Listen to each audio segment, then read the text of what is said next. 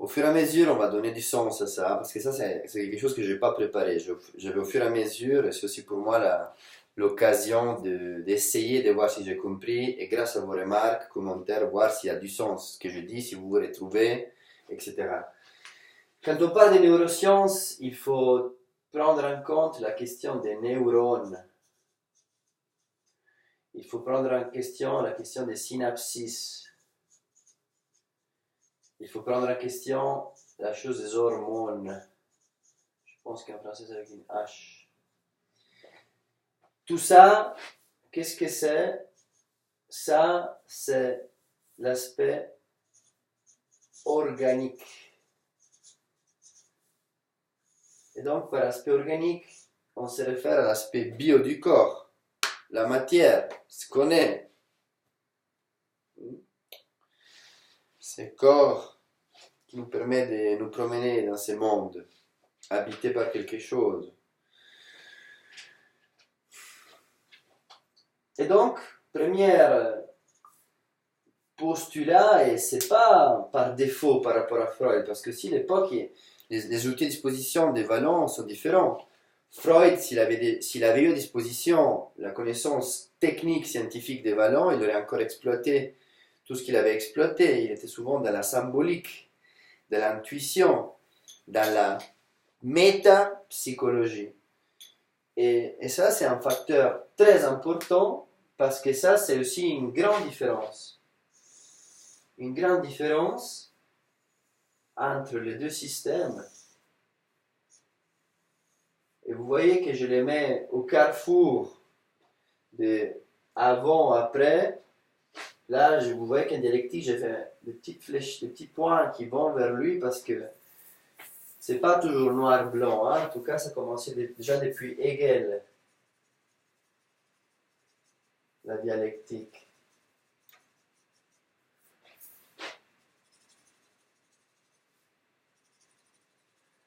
Et Marx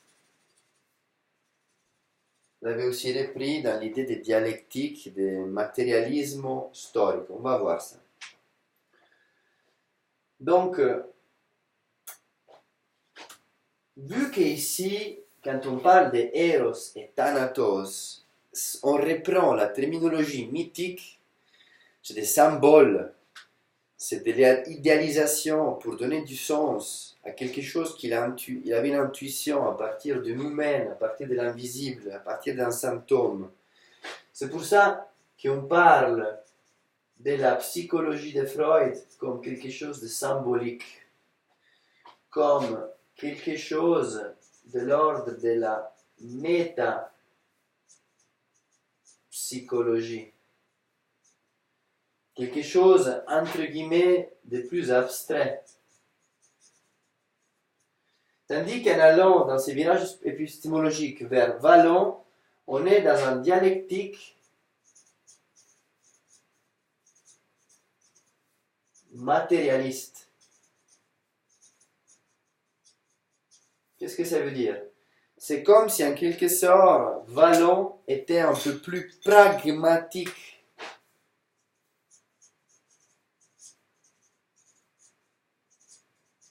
Par rapport à Freud. Pourquoi? Parce que justement, il prend déjà en considération vraiment l'aspect du corps qui faisait aussi Freud. Hein. Il ne faut pas penser qu'il ne prenait pas en considération l'aspect neurologique Freud. Au contraire, Freud, il avait déjà dit qu'à son avis, dans le futur, la psychanalyse va disparaître parce que la science, donc la biologie, la neuroscience, va pouvoir expliquer des choses d'une façon liée aux hormones, liée au fait que tout est une question biochimique. Donc, mais pour l'instant, il est toujours dans la métapsychologie. Il crée des modèles, quelque chose qui n'existait pas. Ces premières et deuxième topiques, donc d'abord conscient, préconscient, inconscient, première topique, deuxième topique, moi, ça, sur moi. Ça, c'est une visualisation, c'est une modélisation pour donner du sens à ses intuitions, à ses observations par rapport à la réalité, et il commence à définir des choses, donc il met les bases. Tandis que chez Vallon, l'aspect de la neuroscience elle va au même temps, donc on doit les comprendre, dans un discours simultané. Donc vous voyez ces mouvements, hein, ces symboles, flèches qui vont dans un cercle. Donc aspect biologique, aspect social, aspect psychique, aspect social, aspect biologique, et tout ça en même temps. Hein. Il voit vraiment la chose comme ça. C'est-à-dire que donc, il n'y a pas que la neuroscience qui est importante chez Vallon. Après, je vais sortir une très belle définition, parce que lui, il va, ce qu'il fait avec l'organique, avec l'aspect bio, Vallon, il donne une matière organique.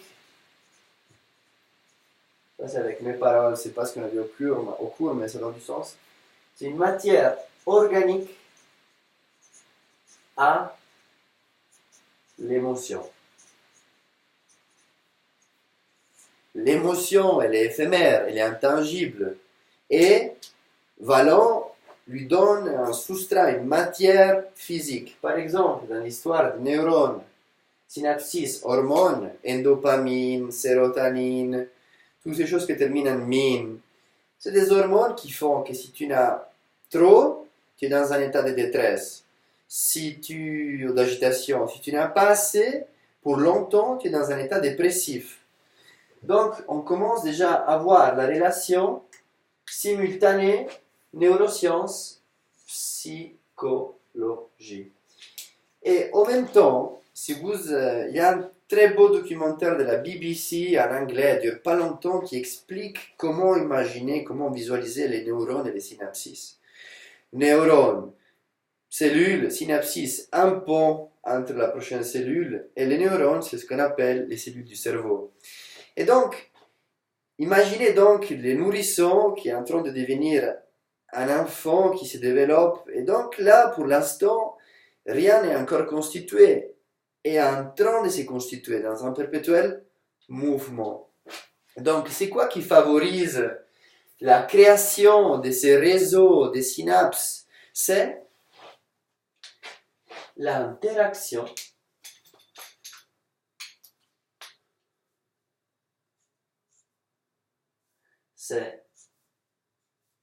l'interaction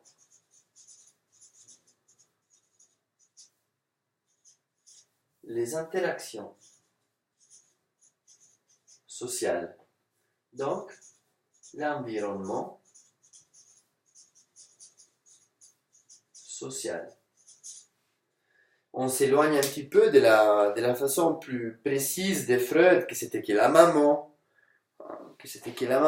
qui les berçait, qui les sollicitait, qui prenait soin, où il y avait un besoin réciproque, un plaisir partagé réciproque entre les nourrissons en train de téter et la maman de donner les seins. Et comme on a vu aussi, pour certaines dames, certaines mamans, le fait de sévrer, parfois c'est une question de plaisir vraiment physique.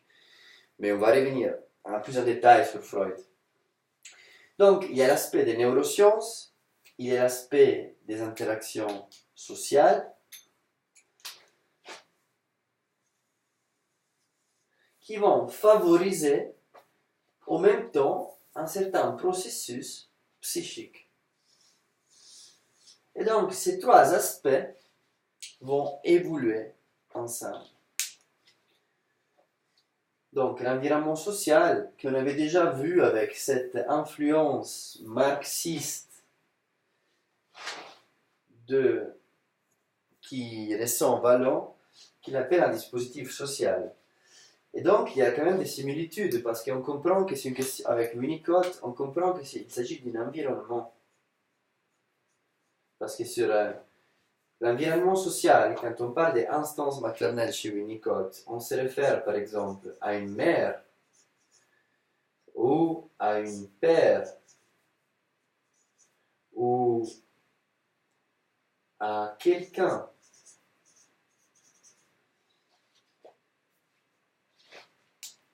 Et après, on va développer ça. Donc là, c'était surtout famille, mère, père. Et on les voit très bien schématisés, une vision plutôt rigide, père, mère, etc. On va vers Vallon, on commence à voir l'idée d'un enfant solidaire, influencé par les idées marxistes, interaction sociale. Donc cette idée de l'importance de l'interaction sociale solidaire vient aussi des visions de Darwin, parce qu'il s'intéresse à Darwin, mais attention, parce qu'il va relire Darwin. J'ai fait cette flèche un peu bizarre parce qu'il s'éloigne. Donc Darwin, qu'est-ce qu'il promeut? Et vu qu'on y est, allons voir un petit moment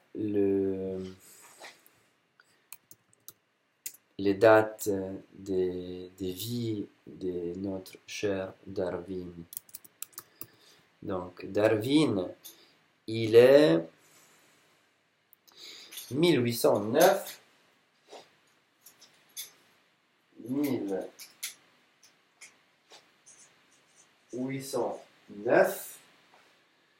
1882. Retournons vite fait sur Freud. Donc je vais vers Freud. Freud, c'était donc, on va dire que vers les années 50, on va dire, années 40-50, quand Darwin il aura promu ses idées, ils se seront répandues sur la sélection naturelle. Donc, en quelque sorte, la loi du plus fort va prédominer sur les autres, donc un certain bagage génétique qui va prédominer sur les autres, donc une espèce qui va pouvoir évoluer et rester, et pourra continuer à exister sur cette planète malgré la contrainte de la nature, la difficulté de se nourrir et les processus naturels autour. Donc Darwin, on va dire que Freud il va quand même être quelque part imprégné des idées de Darwin, parce que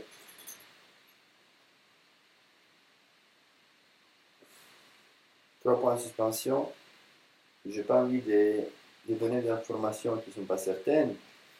Mais en tout cas, si on prend en considération, là je laisse l'élément intelligence libre ou si Darwin disait que la sélection naturelle, donc la loi du plus fort, si on transpose du royaume de l'animal à celle de l'homme, et si on accepte que chez les animaux, il y a la loi du plus fort, donc on va aussi et c'est justifié, légitimé pour des raisons de sélection.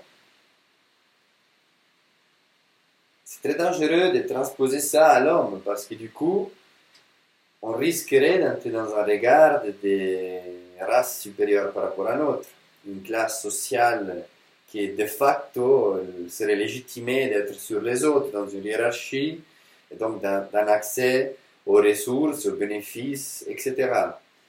Et donc, c'est très important de cibler, donc il faudrait vérifier à quel point il voyait Freud, les idées de Darwin, mais en tout cas, nous on sait donc l'idée que l'enfant c'est un tyran chez Freud.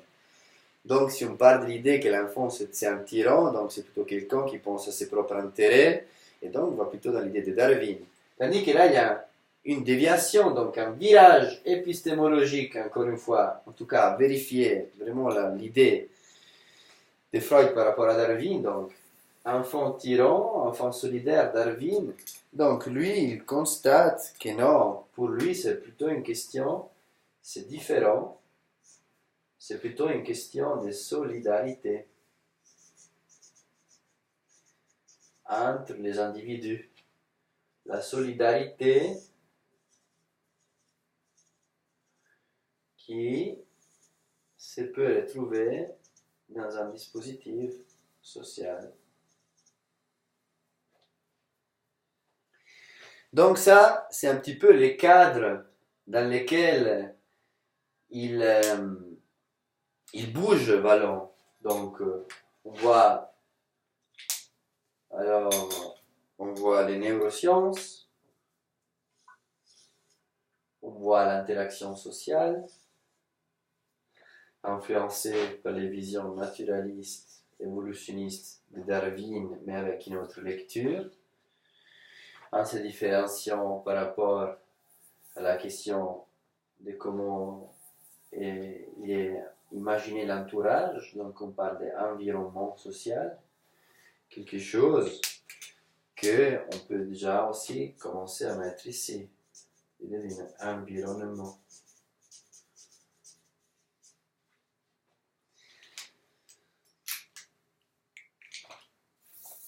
Un petit moment sur la différence entre Piaget, parce que par comparaison, on peut mieux comprendre. Donc pour Piaget, c'était linéaire, tandis le développement par stade, donc. Tandis que chez Vallon, vu que l'aspect de l'interaction sociale, donc de l'environnement social où se trouve le nourrisson, l'enfant, va faire que l'intelligence ne peut pas être linéaire. C'est-à-dire que nous, on peut développer un certain type d'intelligence selon les cadres, les contextes dans lesquels on est. Si je vous prends l'exemple d'un enfant qui se trouve dans une favela ou dans une slum à Mumbai, et vous prenez un troisième exemple d'un enfant d'une famille de la classe moyenne de Genève ou de Lausanne, vous êtes d'accord qu'on ne peut pas s'attendre de l'enfant de la favela ou de la slum de Mumbai ce type d'intelligence qu'on appelle réflexive. Un type d'intelligence réflexive qui est un type d'intelligence qui a besoin d'avoir reçu une répétition, donc un apprentissage, par des souvenirs bien précis, donc pouvoir reproduire, hein, donc une intelligence réflexive, les calculs, l'écriture, ça c'est une intelligence réflexive. C'est pas une intelligence intuitive. Une intelligence intuitive, donc c'est réflexive, intuitive, c'est ce type d'intelligence qui est, d'un terme un peu plus gros, c'est la démerde, c'est débrouiller. C'est-à-dire que l'enfant qui est grandi dans la rue, qui existe, hein, c'est pas quelque chose de minimal, c'est une réalité énorme. Donc, les types d'intelligence intuitive se développera au détriment d'une intelligence réflexive. C'est pour cela qu'on peut trouver des adolescents qui ont des compétences différentes, même bien qu'ils ont le même âge, mais ils ont d'autres compétences. L'un qui peut-être est très fort en calcul parce qu'il a suivi l'école, parce qu'il sait maîtriser les codes de la langue, etc. Et un autre qui peut par contre a développé un autre type de savoir-être, des savoir-faire liés à son environnement.